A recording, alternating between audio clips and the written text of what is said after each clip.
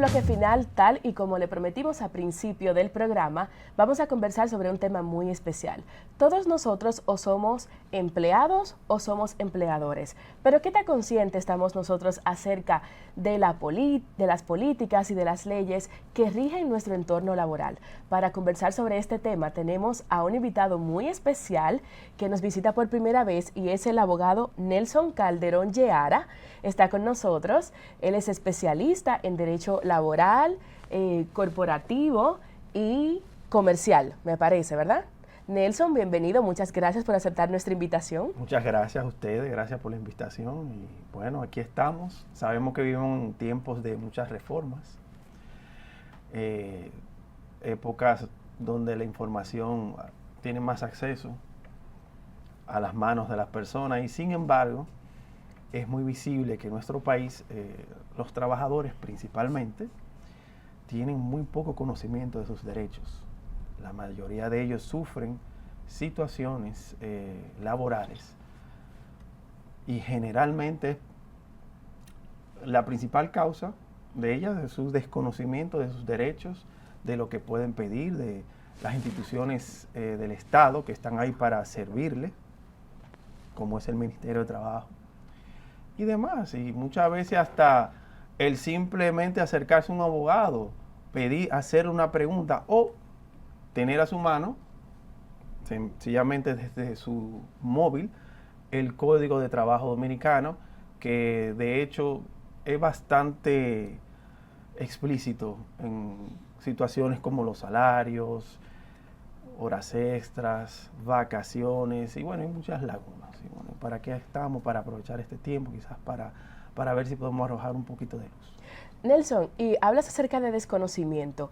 ¿Cuáles son los errores más comunes que cometen los colaboradores por falta de ese conocimiento de las leyes laborales? ¿Son víctimas de qué comúnmente por causa de ese desconocimiento? Ellos son víctimas de su ignorancia muchas veces. Uno de ellos, y el más común, es cuando los trabajadores quieren irse de una empresa y comienzan con el decir yo quiero que me cancelen, quiero hacer que me voten. Muy común esa parte. Sí. Y no saben ellos que muchas empresas, o la mayoría, pagan una asesoría laboral. Tienen sus abogados laboralistas, especialistas que le dicen qué hacer en ese tipo de circunstancias y los trabajadores, por desconocimiento, comienzan a incurrir en una serie de acciones que dan al traste, faltas y lejos de ser separado de la empresa con sus prestaciones laborales, lo que son es despedidos de la empresa por lo general y simplemente se van con lo que se llama derechos adquiridos, que esos son derechos irrenunciables. ¿Cuáles son los derechos adquiridos? Bueno, simplemente el salario número 13, Navidad, participación de los beneficios de la empresa, artículo 223, que viene siendo un diezmo, ¿sí? Muy parecido al diezmo que nos habla la Biblia. ¿Por qué un diezmo? Porque se reparte el 10% de las ganancias entre todos los trabajadores. El código prevé ciertos cálculos, pero bueno, es lo que los trabajadores comúnmente le conocen como el bono. El bono o la bonificación anual. Y el derecho de sus vacaciones. Entonces, estos tres derechos que yo le acabo de mencionar son derechos irrenunciables. Y cada uno, garantizados por el código, hay ciertos aspectos muy particulares. Por ejemplo, las vacaciones. ¿Cuándo un trabajador tiene derecho a tomar vacaciones en una empresa? Bueno, simple. Cuando cumple un año ininterrumpido de trabajo, ya tiene derecho a unas vacaciones. Pero esas vacaciones, el empleador tiene hasta 6 meses para dárselas a su trabajador sin él incurrir en falta. Okay. 6 meses a partir de cuando nace el derecho, que nace al año. ¿Qué sucede? Si, como pasa comúnmente, muchos trabajadores lo que se acercan a su empleador y le dicen, mira, yo no quiero tomar vacaciones, págamela. No, el legislador castiga eso. De hecho, el Código de Trabajo quiere, y el mismo legislador cuando pensó en las vacaciones, usted debe gozar las vacaciones. El término pagarlo no extingue el derecho del disfrute. Lo importante es disfrutar sus vacaciones dentro de los primeros 6 meses a partir del año. Bueno, y un sinnúmero de cosas. Y a veces los trabajadores cumplen un año, quieren sus vacaciones, no saben que el empleador tiene hasta 6 meses para dárselas. Muchas veces yo le dicen, no, mira, mejor págamele. Bueno, y ya Sí. por ahí comienza un ciclo de desconocimiento de sus derechos. Es que a veces ellos dicen, mejor que me la paguen porque como quiera no me van a dejar tomarlas. Entonces mejor sacan beneficio, pero definitivamente eso debe tener alguna implicación en la salud, ¿no? Sí, así es. Y bueno, un tema muy se suena mucho ahora, que Bueno. es cuando los empleados, ¿cómo es el término? Tienen estrés, mucho estrés. No recuerdo el nombre, pero Burning out. El síndrome de burning out. así sí. es. El Burnout. burnout. Bueno, burnout, así. eso aquí, les digo la verdad, en nuestra legislación eso no, eso ni se habla. Eso quizá en países occidentales del primer mundo, tú ves en Estados Unidos que hay estudios sobre el burnout. Hay personas que viven en la calle porque lo perdieron todo por una situación de burnout. Aquí eso no, el dominicano eso no nos da. Imagínate, Increíblemente. el país más feliz del mundo. No. Claro. Y bueno, ¿cuáles tú crees que son los casos, o sea, en base a lo que has hablado, cuáles crees que sean los casos que más se llevan a los tribunales Pero de empleadores o trabajadores. de los trabajadores? Mira, la mayoría de los casos, como comencé diciendo, muchos despidos. Los trabajadores incurren en acciones muy cuestionables por desconocimiento. Muchas de ellas son fáciles de prever porque hay un principio moral en el derecho y ético que tú sabes que cuando tú haces algo que está mal. Pero en fin, hay muchas demandas por despido. Muchos trabajadores que son despedidos se van a los tribunales, demandan. Yo le digo la verdad, el código prevé 19 causales para el empleador despedir al trabajador. Y es como usted dijo al principio, una empresa paga una asesoría legal que no paga a un empleado. Cuando el empleado se decide a tirar ese pleito, como dicen, ya muchas cosas están cubiertas, ¿no? Es correcto. Es correcto. Muchas veces esos empleadores utilizan las combinaciones correctas de los artículos mediante la falta que ellos cometieron, presentan sus testigos, edifican al juez y bueno, en muchos casos el empleador sale ganancioso en el sentido que lo único que es condenado a pagar el derecho adquirido al trabajador. Y tú sabes, algo que yo quiero saber, este tipo de cosas, este tipo de prácticas de las empresas, ¿tú crees que es posible identificarlas desde el principio? Por ejemplo, observando cuáles elementos no pueden faltar en el contrato laboral que yo voy a firmar para yo garantizar mi seguridad como trabajador. ¿Cuáles son los elementos que yo debo estar pendiente si yo voy a ingresar a un nuevo trabajo? Mira, eso es una muy buena pregunta. Yo le voy a decir algo. El Código de Trabajo prevé un principio que dice que el contrato no es el que consta en escrito, sino el que se ejecuta en hechos. Le quiero decir con esto que usted firma un contrato de trabajo y está bien, muchas veces no lo firman, pero usted firma un contrato de trabajo, pero en los hechos su trabajo termina siendo muy diferente al que está escrito. Y en materia de trabajo prevén los hechos por encima de lo que está escrito.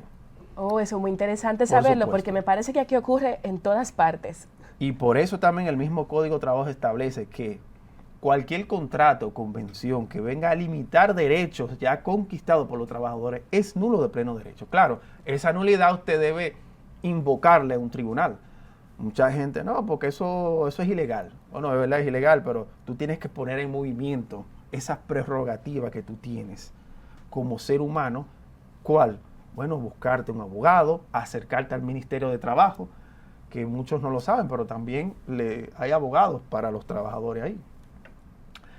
Y muchas de las situaciones que pasan pueden subsanarse también si el trabajador busca una asesoría, ya sea de un abogado particular o se acerca al Ministerio de Trabajo y dice, mira, yo tengo, por ejemplo, 2 años trabajando y nunca me han dado vacaciones.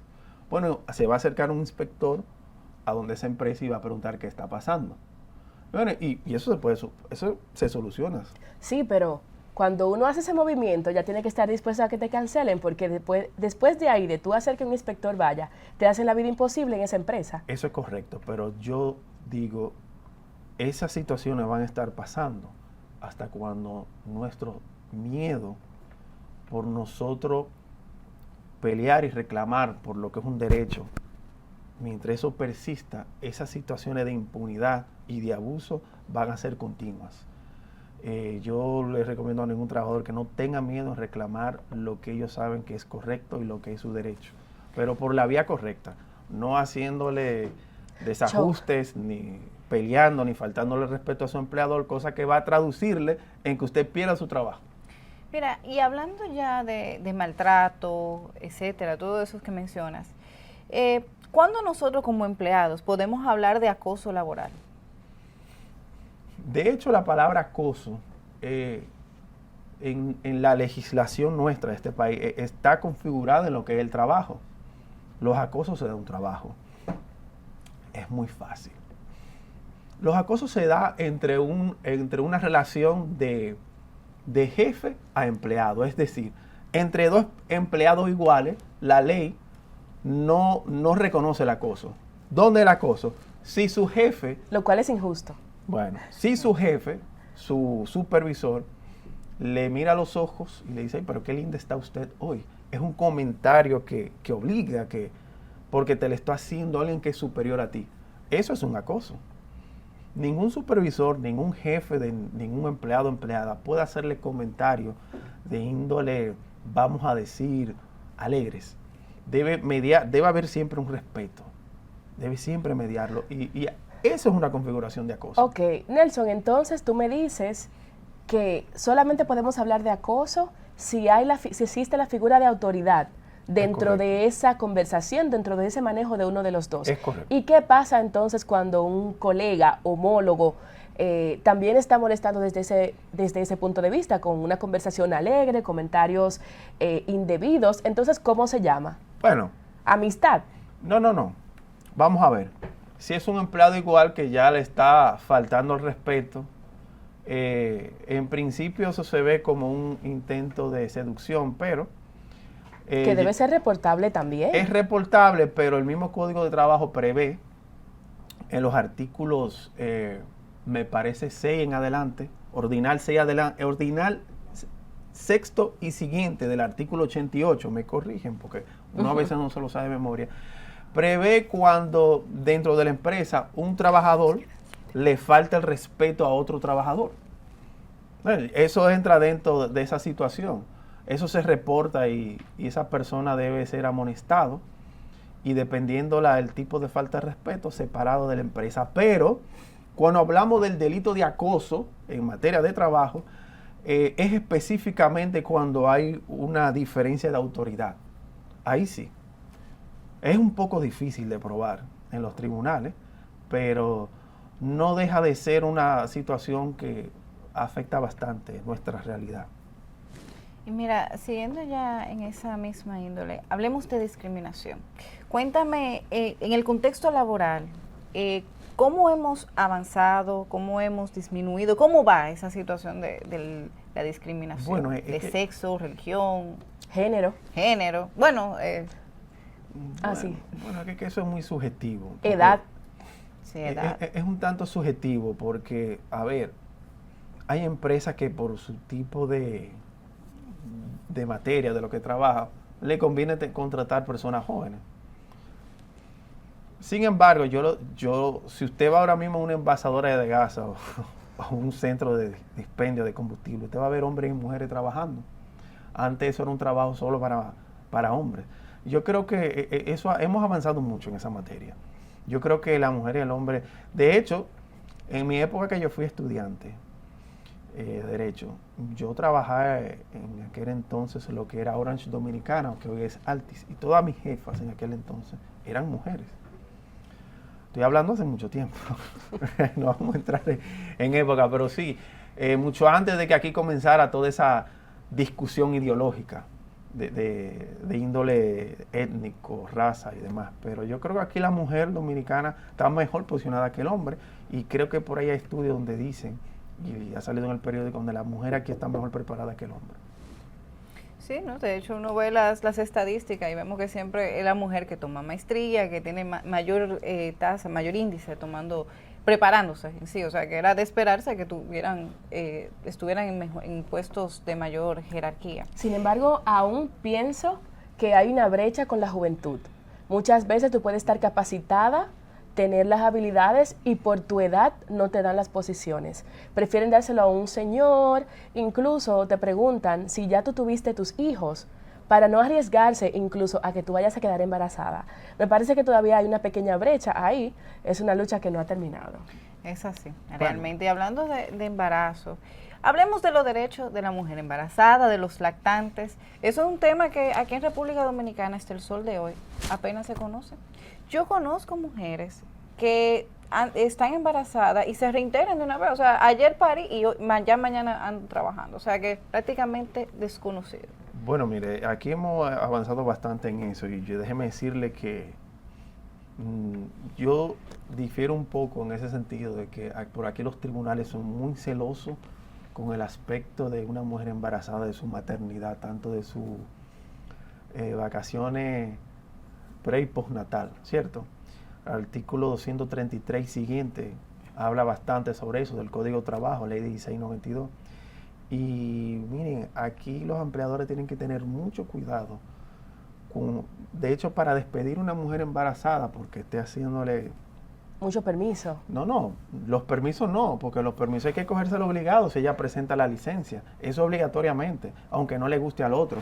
Pero si, por ejemplo, usted tiene una mujer embarazada que ya le está faltando el respeto o no quiere hacer su trabajo, pudiéndolo hacer, el empleador tiene que buscar un inspector del Ministerio de Trabajo, levantar un acta de inspección y posterior a eso es que se le autoriza al empleador tomar una acción contra. Pero aquí los derechos de la mujer embarazada están garantizados.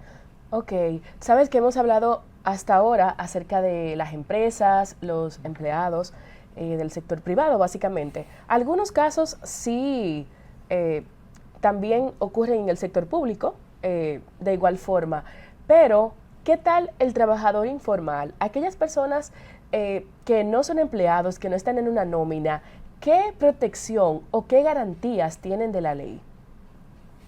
O Bueno, si tienen alguna. Sí, tienen toda la protección. Me explico. Una persona que esté trabajando desde la informalidad, que pasa mucho aquí, quien tiene problemas es el empleador. Si esa persona puede demostrar mediante pruebas, testimonios, que trabaja para esa empresa desde la informalidad, bueno, aquí esa empresa puede recibir una condena severa.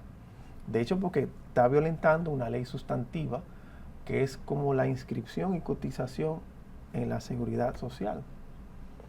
Una persona informal no está cotizando en la TCS y ya por ahí hay una violación sustantiva a la ley, sin tomar en cuenta todos los otros que prevé la ley, desde que el empleador tiene que tener su planilla de personal móvil y fijo registrada en el Ministerio de Trabajo, que comenzando por ahí eso no va a estar. Pero sí, aquí hay muchos empleadores que se benefician de la informalidad, pero si esos trabajadores buscan información, se asesoran, pueden hacer valer sus derechos. Mira, y hablando en esa misma, lo que comenta del trabajo informal, algo que se presta a eso es el trabajo remoto. O sea, en la actualidad hay algo alguna ley que sostenga el trabajo remoto, o sea, que lo regule. Que lo regule. Miren, yo hace unos años tuve un caso así y lo gané, de una trabajadora que fue contratada para un trabajo móvil desde su casa. Luego la empresa le dijo que no, que tenía que reintegrarse y la canceló. Yo probé al tribunal que su contrato era específicamente teletrabajo y que la empresa no podía obligarle a cambiarle su modalidad. Para no entrar mucho en detalle, bueno, la trabajadora fue beneficiada con el pago de sus prestaciones. Miren, en la nueva reforma laboral eso se está tomando en cuenta. Sin embargo, aunque el código aunque el código es enunciativo, no es limitativo, una persona que por vía de hecho se pueda demostrar que trabaja para una empresa de manera remota, sus derechos están garantizados, igual que si trabajara dentro de la empresa, de la misma forma. Wow. De la mismita forma. Muy bueno conocer esa parte. Sí, mira que no tenía ni idea. Y mira, ya hablando de esto, hablemos de las pasantías universitarias. O sea, la pasantía universitaria no se pagan, ¿hay algo que los regule? Bueno. Sí, porque en un lugar eso como que depende de cada empresa. No hay nada en el Código Laboral que hable de las pasantías universitarias, o es un proyecto que te puedes anotar. Bueno, mira, como para elaborarlo y someterlo. sí, eso es interesante. No sé si en la nueva reforma de trabajo eso se está hablando, pero el código actual no prevé una pasantía así, por ejemplo, como lo hacen los médicos, que sí es obligatorio. Aquí no es obligatorio, eso depende de la institución educativa. Por ejemplo, hay universidades que le exigen la pasantía. Yo soy egresado de la UAS, a mí no me lo exigían. Mi pasantía la viví yo en vivo después que me gradué, que cogí mi calle y nada, y a manga por hombro, pero eso no es algo aquí, eso no es una costumbre en el derecho, lo de las pasantías. Vuelvo y repito, hay universidades que muy buenas aquí, pues no vamos a entrar en nombre para no estar dando, pero que sí le exigen eso, pero no, eso no está como tal manifestado en la ley. Bueno, sería interesante poder hacer pero creo que eso no es del interés ahora mismo en la reforma. Ahora mismo lo que se está hablando, la parte empresarial lo que quiere es cercenar, mutilar la cesantía. Y bueno, los trabajadores, lo que están luchando a través de sus sindicatos es que esos derechos no sean mutilados o eliminados. Que dicho sea de paso, este país no tiene un sistema de seguridad social suficientemente bueno como para garantizarle a nadie un retiro. No un retiro, no un retiro, ni siquiera como hay otros países que le dan un tipo de seguro por paro laboral. Aquí eso no está ni siquiera en la ley. Y tenemos el peor sistema de seguridad social de la región, que es una copia del chileno, del AFP chileno, muy bueno para recaudar fondos, pero al momento ahora me parece que a partir, no tengo los datos exactos, pero creo que del 2033 saldrá la primera pensión, porque son 30 años de trabajo ininterrumpido. En el 2003 entra en la ley de seguridad social, entró a partir del 2003 en vigencia, y en el 2033 va a salir la primera pensión, pero aquí las pensiones van a ser, para no decir otra cosa, van a ser muy malas, horribles. Bueno, lo que nos espera, señores, lo que nos espera. Y nada, Nelson, gracias por acompañarnos en el día de hoy. Ojalá nuevamente volverte a tener con nosotras aquí. Y señores, gracias por estar en sintonía con Que No Te Lo Cuenten, y sigan viendo más contenido aquí en BTV.